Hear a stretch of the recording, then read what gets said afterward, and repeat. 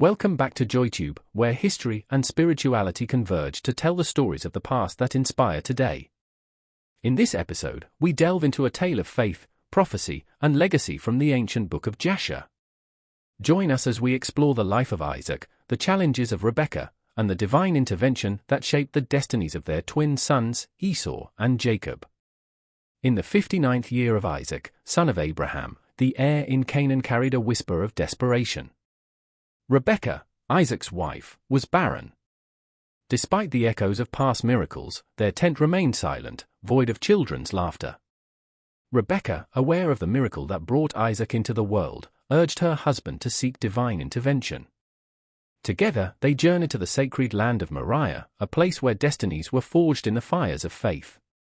Under the vast, starry sky, Isaac poured out his heart to the Lord. His voice, rich with hope and desperation, echoed into the eternity. "O Lord, God of my father Abraham, let your promises manifest through us. Bless us with children to carry forth this legacy." The Lord heard Isaac's devout plea. Soon, Rebekah conceived. But this blessing quickly turned into a struggle, as the twins within her wrestled, a foreshadowing of a rivalry that would last for generations. Seeking understanding, Rebekah consulted the wise Shem and Eber, the son and grandson of Noah, and even his father, Abraham. The divine message was clear: 2 nations are in your womb, 2 separate peoples will emerge. One shall be stronger, and the elder shall serve the younger. Thus, Esau and Jacob were born. Esau emerged red and hairy, a hunter at heart. Jacob followed, holding onto his brother's heel. Isaac was 60 when he welcomed them into the world, a world they would change forever. As Abraham's life ended, the entire region mourned. Kings, princes, and everyday people whom Abraham had touched gathered to pay their respects. He was laid to rest by his sons in the cave of Machpelah, leaving behind a legacy carried on by Isaac. Isaac, now the bearer of Abraham's covenant, embraced his father's teachings, vowing to walk a path of righteousness and obedience. As the stars once promised to Abraham glittered brightly above, the story of his descendants was just beginning to unfold. In the shadow of Abraham's death, the land whispers with the movements of kings and the destinies of nations.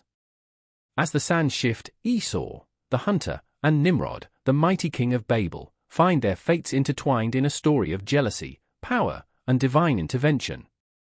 After Abraham's death, Esau, the grandson of Abraham, often ventured into the wilderness to hunt, seeking solitude and escape from the burgeoning shadow of his twin brother, Jacob.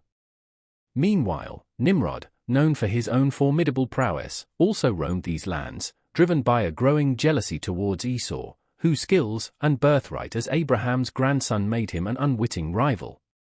One fateful day, their paths crossed disastrously. Esau, concealed by the wilderness, ambushed Nimrod and his companions. In a swift, brutal confrontation, Esau slew Nimrod, seizing the powerful garments that bestowed dominion over the land to King Nimrod, a relic said to be handed down from Adam himself, the very apron of animal skin God made to cover Adam and Eve's shame and nakedness, which Noah took to the ark during the flood, and handed them to his grandson Nimrod. This very apron made Nimrod formidably strong and powerful. This act of ferocity marked a turning point, scattering Nimrod's kingdom and fulfilling an ancient prophecy whispered in dreams and by the words of the sages when Abraham was born. Meanwhile, Isaac, Abraham's son, faced trials of his own. There was famine in the land. Commanded by divine vision not to go to Egypt, he moved his family to Gerar to escape a severe famine, repeating a pattern his father once followed. Here, amidst fears for his wife Rebekah's safety, Isaac repeated a lie once told by Abraham, claiming Rebekah was his sister. This deception was soon uncovered by King Abimelech, who, after a tense confrontation, extended favor to Isaac, allowing him to prosper in Gerar despite the deception. Back in Canaan, tensions between Jacob and Esau reached their zenith. The brothers' strife over blessings and birthrights culminated in Esau's loss and Jacob's gain through subterfuge and prophecy, setting them on divergent paths, Esau into the wilderness of Seir, marrying into the local tribes, and Jacob towards Haran, seeking refuge and a future foretold by celestial promises. As Isaac aged, the narratives of his sons unfurled under the watchful eyes of heaven, with Jacob learning the ways of the Lord in the house of Shem and Eber, and Esau building a contentious legacy in Seir. From deceit in Gerar to the hills of Seir, the legacy of Abraham's family tells a human tale of divine promises and flawed characters.